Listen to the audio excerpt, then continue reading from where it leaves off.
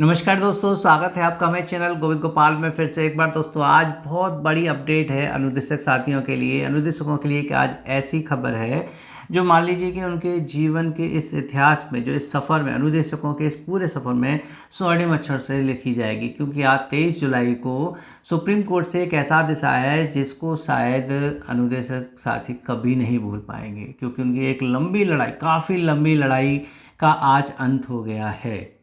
Supreme court ने आज एक केस फाइनल करते हुए ये तय कर दिया कि अनुदेशकों के संबंध में सुप्रीम कोर्ट ने 4 जुलाई 2026 को जितनी भी बातें कोर्ट ऑर्डर में लिखी थी वो सरकार को पूरी करनी होंगी हर हालत में। उसके लिए सरकार को कोई छूट नहीं मिलेगी।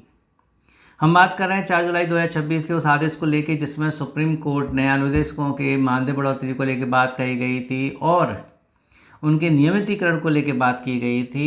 तीसरा, उनके बकाया मानदेय को लेकर बात की गई थी। लेकिन सरकार ने 1 अप्रैल से अनुदेशकों का, शिक्षा मित्रों का मानदेय तो बढ़ा दिया, लेकिन एरियर के मामले में सरकार बैकफुट पे आई और उन्होंने साफ तौर पर कहा कि हम एरियर नहीं दे पाएंगे। अब इसके लिए वो सुप्रीम कोर्ट में रिव्यू पिटीशन दाखिल करेंगे कि भाई हम अनुदेशकों का मानदेय तो बढ़ा रहे हैं, लेकिन पुराना इतने सालों का एरियर कहाँ से दें। बहुत ज़्यादा जो है धनराशि खर्च हो जाएगी, इतना तो पैसा भी सरकार पे है भी नहीं, आर्थिक बोझ है।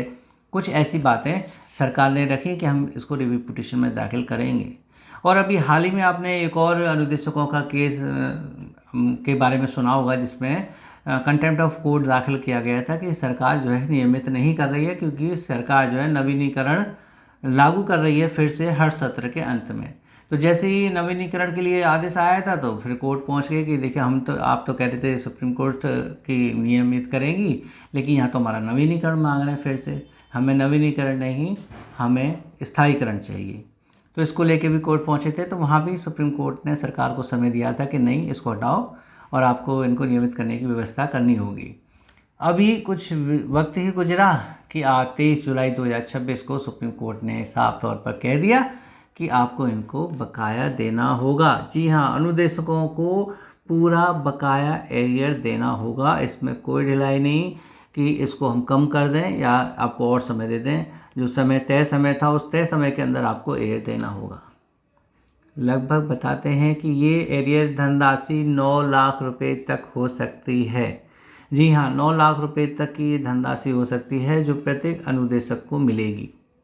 है बहुत बड़ी खुशखबरी। सच में इस खुशखबरी को सुनने के बाद तो अनुदेशक भाइयों के लिए आज दिवाली जैसा दिन है। कोई ऐसा मतलब परिवार में ऐसा सदस्य जिसको आप जब ये जानकारी देंगे तो पूरे घर में ऐसी खुशियां फैल जाएंगी जो पहले कभी नहीं सुनी होंगी कि अब उनको अनुदेशकों को एरियर भी मिलेगा और बढ़ा हुआ मानदेय भी मिल रहा है और नियमितीकरण को लेकर भी अब सरकार मजबूर हो जाएगी। जब शिक्षा मित्रों का समायोजन रद्द सुप्रीम कोर्ट के आदेश के अनुसार हो सकता है और उसका कड़ाई से पालन के लिए अभी तक उसका पालन किया जा सकता है, तो अब सुप्रीम कोर्ट के उसी आदेश का पालन करते हुए अनुदेशकों को नियमित करना पड़ेगा। सुप्रीम कोर्ट एक ही है, एक तरफ तो उन्होंने एक के नियमितीकरण का आदेश दिया है तो दूसरी तरफ उन्होंने एक के समायोजन के निरस्तीकरण का आदेश दिया था। तो निरस्तीकरण के आदेश को सरकार ने फॉलो किया, शिक्षा मित्रों के लिए भर्तियां कराई और बाकी जब भी कभी नियमितीकरण की बात आई तो सरकार ने यही कहा कि नहीं, हम सुप्रीम कोर्ट के आदेश का पालन करेंगे और हम इनको नियमित नहीं कर सकते हैं। लेकिन अब सुप्रीम कोर्ट कह रहा है कि अनुदेशकों को नियमित करो, तो अब सरकार क्या कहेगी, क्या करेगी, ये आगे की बात है। लेकिन इसमें अब ज़्यादा वक्त नहीं लगेगा। 23 जुलाई 2026 आप कहीं लिख लीजिए डायरी में। भविष्य में ये तारीख आपके लिए हमेशा याद कर रहेगी। एक स्वर्णिम पल रहेगा, स्वर्णिम दिन रहेगा। इस तिथि को शायद कभी अनुदेशक साथी ना भूल पाएँ। तो हमारी तरफ से सभी अनुदेशक साथियों को ढेर सारी शुभकामनाएं, बधाइयाँ। और विक्रम सिंह जी जो प्रदेश अध्यक्ष हैं अनुदेशक संघ के, उनको बहुत बहुत धन्यवाद। और अनुदेशक साथी भी उनको जो है धन्यवाद प्रेषित करेंगे कि उन्होंने अपने इस संघर्ष में, सच में, क्योंकि उन्होंने जो संघर्ष की लड़ाई लड़ी वो उन्होंने कभी हार नहीं मानी, एक पटरी पर चलते रहे, कभी इधर उधर की बातें नहीं हुई, लेकिन आखिरकार एक लंबे सब्र के बाद उनको जीत हासिल हो ही गई है। और उनको कितनी खुशी हुई होगी आप इसका अंदाज़ा भी नहीं लगा सकते हैं कि उनके नेतृत्व में अनुदेशक भाइयों ने ये जीत हासिल की है। खैर जो भी है, फिलहाल अनुदेशकों के लिए तो अच्छी बात है ही। अब बात करेंगे थोड़ी बहुत शिक्षा मित्रों को लेके, क्योंकि सुप्रीम कोर्ट में अभी एक केस दाखिल हुआ था जिसके लिए सरकार को नोटिस जारी किया गया कि टेट पास शिक्षा मित्र नियमितीकरण मांग रहे हैं। जो 2017 का आदेश था सुप्रीम कोर्ट का, उसमें शिक्षा मित्रों को निकाल दिया गया, उन शिक्षा मित्रों को जिन्होंने टेट पास कर रखा था, और जिन्होंने टेट पास नहीं किया था उनको भी उसी समान कैटेगरी में मानते हुए, अयोग्य मानते हुए टेट पास शिक्षा मित्रों को बाहर कर दिया। तो ये आदेश जब हुआ 2017 का, हम एक बात कहना चाह रहे हैं, आप समझिए, उस सुप्रीम कोर्ट के उस आदेश को लेके हम ये नहीं कहेंगे कि आगे क्या फैसला होगा, क्योंकि अब ये उम्मीद बढ़ रही है कि अगर आप अपनी लड़ाई सही तरीके से करेंगे तो सुप्रीम कोर्ट से ज़रूर जीत हासिल होगी। बस लड़ाई किस तरीके से लड़ी जाएगी, किन बातों पर, किन मांगों पर लड़ी जाएगी, इस पर डिपेंड करता है। सुप्रीम कोर्ट ने अब सरकार को नोटिस तो भेजा है, जवाब तो मांगा है कि भाई आपने क्यों सबको निकाल दिया था, जब खाली अगर टेट की बात थी तो टेट तो जो है कर रखा है शिक्षा मित्रों ने, उस समय भी कर रखा था और अब भी कर रखा है। तो अब ये बात है कि उस समय शिक्षा मित्र संगठन ने कोई ऐसे वकील नहीं छोड़े थे टॉप मोस्ट ऑफ इंडिया जो कहें कि इनका नाम सोशल मीडिया पर ना आया हो कि हमने कपिल सिब्बल जी को हायर किया है, कि हमने हरीश साल्वे जी को हायर किया है, कि हमारी तरफ से 4 टॉप मोस्ट वकील हैं, हमारी तरफ से 6 टॉप मोस्ट वकील हैं। कोर्ट में बताते थे कि इतने वकील खड़े थे कि शायद सबको बोलने का भी समय ना मिल पाता हो, इतने वकील थे उसमें, सुप्रीम कोर्ट के उस केस में। और उसमें क्या हुआ, शिक्षा मित्रों का समायोजन रद्द हुआ। क्या कुछ राहत मिल पाई? कोई क्या इतने बड़े बड़े वकील क्या जो है उस केस को बचा पाए, शिक्षा में समायोजन को बचा पाए? क्यों? क्योंकि कहीं ना कहीं कोई वीक पॉइंट था। वीक पॉइंट ये था कि शिक्षा मित्रों का समायोजन 2 बिंदुओं पे हुआ। ये बात हम कई बार कह चुके हैं, हर बार बता चुके हैं।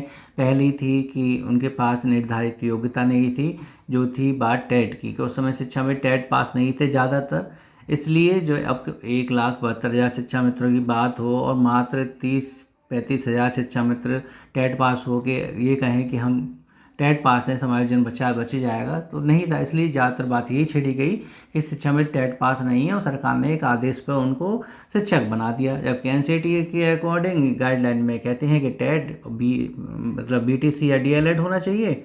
तो अब बताओ कैसे इनका समायोजन को सही माने? तो सरकार ने सबसे पहले टेट के आधार पर समायोजन निरस्त किया। दूसरा कहा, नियुक्ति प्रक्रिया, आपका जो चयन प्रक्रिया है वो सही नहीं है, इलीगल है, इसलिए उसको नियुक्ति को अवैध बताया। तीसरा, उन्होंने आर्टिकल 14 और 16 उन्होंने कहा कि समानता का अधिकार मिलना चाहिए किसी भी सरकारी पद पर, वो उन्होंने नहीं दिया। इसलिए भर्ती प्रक्रिया का चयन का अगर रूप सही है तो ही आपका समायोजन सही होता। अब वहाँ पर एक आदेश पर ही सभी को रेगुलेशन कर दिया गया। तो सुप्रीम कोर्ट ने कहा कि यहाँ कोई भी चयन प्रक्रिया नहीं अपनाई गई है, खुली भर्ती नहीं अपनाई गई है, कंपटीशन के माध्यम से शिक्षा मित्र शिक्षक नहीं बने हैं, इसलिए शिक्षा मित्रों के समायोजन को रद्द किया जाता है। ये पॉइंट हैं। अब जो केस हुआ पिछली बार सुप्रीम कोर्ट में हाई को शिक्षा मित्रों को लेके कि टेट पास शिक्षा मित्रों को नॉन टेट पास शिक्षा मित्रों की तरह समझते हुए उनको भी समायोजन से बाहर कर दिया गया, इसलिए अब राहत दी जाए, ये थोड़ा वीक पॉइंट है। सुप्रीम कोर्ट में जब सरकार अपना जवाब दाखिल करेगी ना, तो वो उस कोर्ट ऑर्डर को ढंग से दिखाएगी, तो वहाँ सबसे बीच में आपका जो रोड़ा बनेगा वो यही बनेगा कि आप खुली भर्ती से नहीं आए हैं, उसमें बस मेहनत, तो उसमें राहत मिलने की संभावना कम है। फिर से कह रहे हैं कि शायद उसमें राहत ना मिले, है ना। अगर ये सब चीज़ें ना होती ना, तो जो सचिव जी के पास प्रत्यावेदन जा रहे थे टेट के, उसमें भी बहुत कुछ हो जाता। वहाँ भी यही बात कोर्ट में दाखिल की जा चुकी है कि हम इनको नियमित इसलिए नहीं कर सकते हैं, सुप्रीम कोर्ट के जो आदेश में ये सब लिखा हुआ है, खुली भर्ती से ही कर पाएंगे। अब खुली भर्ती से कैसे होंगे, इसको लेके फिर से हम अपनी एक वीडियो में बात करेंगे। अभी फ़िलहाल आज जो है अनुदेशक भाइयों के लिए खुशी का दिन है, तो आज उनकी खुशी में शामिल होते हैं, अपनी बात छोड़ते हैं। तो सभी अनुदेशक साथियों को बहुत बहुत शुभकामनाएँ, बधाइयाँ कि आप आज कोर्ट से फाइनल जीत हासिल कर चुके हैं। अब इंतजार कीजिए सरकार के आदेश का कि सरकार कब इसको अमल में लाती और इस काम को पूरा करती। तो इसी के साथ आज वीडियो तो लाइक करना बनता है आपको, ज़्यादा से ज़्यादा वीडियो को लाइक कीजिएगा, छोड़िएगा मत, बिना वीडियो को लाइक किए जाइएगा मत। चैनल पर नए हो तो चैनल को सब्सक्राइब कर दीजिएगा और अपने दोस्तों के साथ शेयर कीजिएगा वीडियो को। मिलते हैं आपसे अगली वीडियो में फिर ऐसी अपडेट के साथ। तब तक के नमस्कार, जय हिंद।